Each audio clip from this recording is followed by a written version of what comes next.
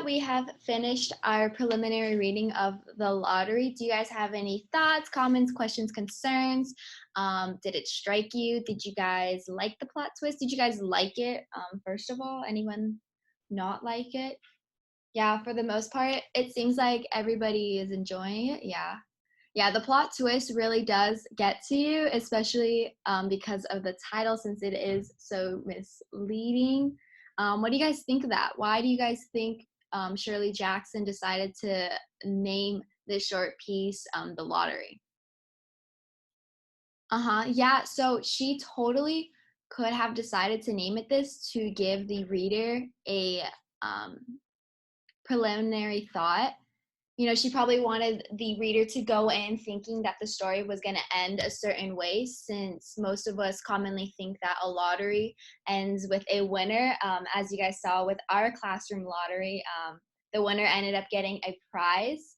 But in this one, the winner necessarily isn't a winner. She is poor Mrs. Hutchinson. She was stoned to death. So, yeah, so totally.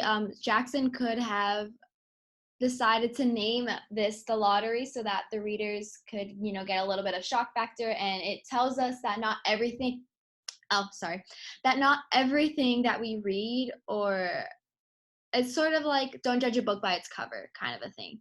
You know, you need to read it in order to understand that this isn't a positive lottery. And yeah.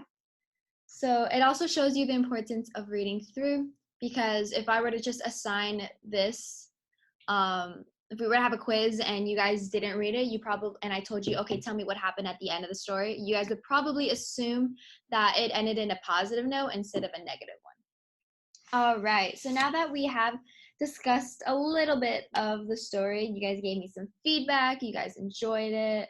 Not many people of you guys were confused. It is a pretty short story. It is kind of easy to follow along. There are a few vocab words that are a little bit difficult to understand, so make sure to go back and highlight them, define them if you don't know what they mean. If you need any added help, I do have a worksheet that I can provide to certain students if you guys need some assistance with it. All right, so we are going to break down the characters a little bit. I didn't want to purposely do this before the story. I kind of wanted you guys to have a basic understanding of what the plot outline is. And there is a lot of characters. A lot of them aren't necessarily protagonists or main characters. They don't really provide a lot to the story, but they are there.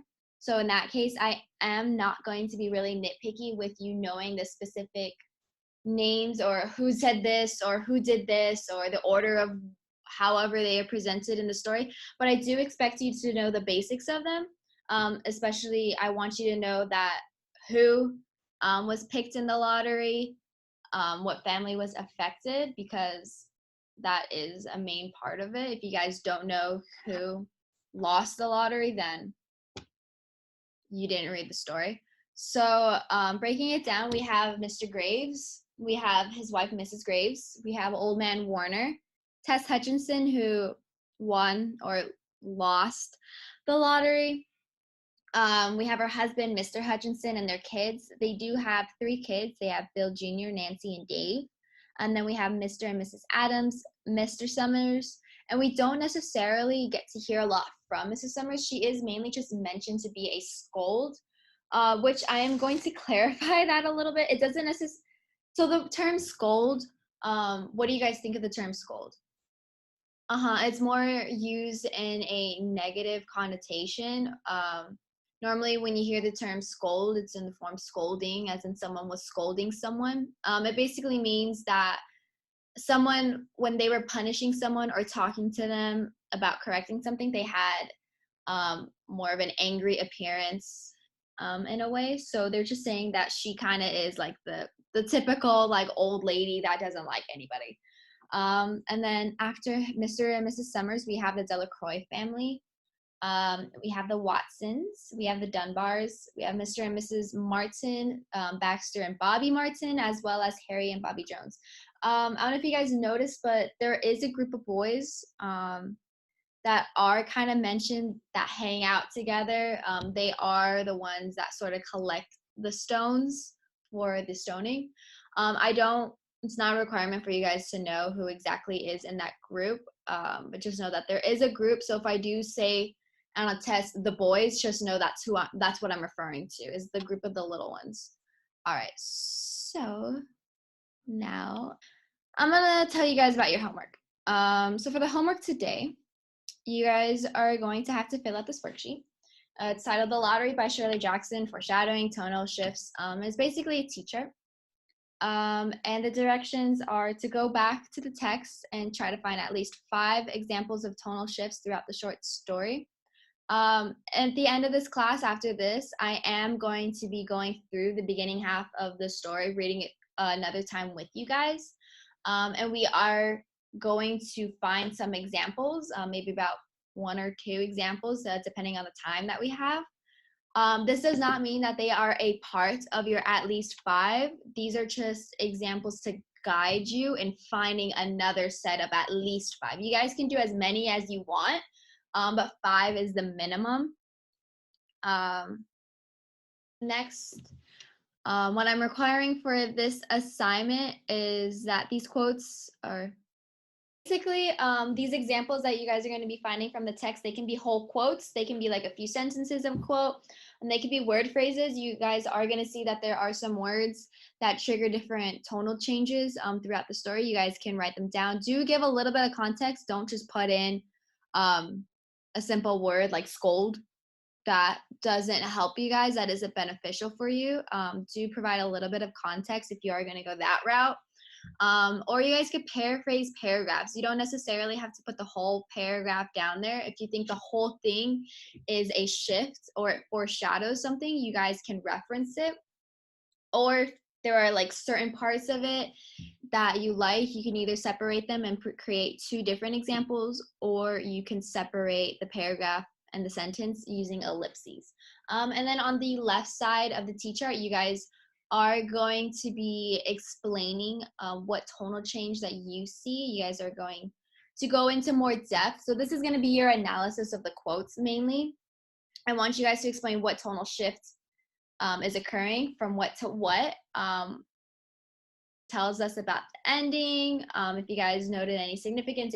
But I really want you guys to especially write down the page number next to these quotes, because in the future you guys are going to be having an assignment or an essay where you are going to have to cite evidence, and this short story is going to be one of those texts involved in it. And so I want you guys to already have examples categorized. Okay, so that's mainly going to be your homework. So going back to the text, what is the setting of this story?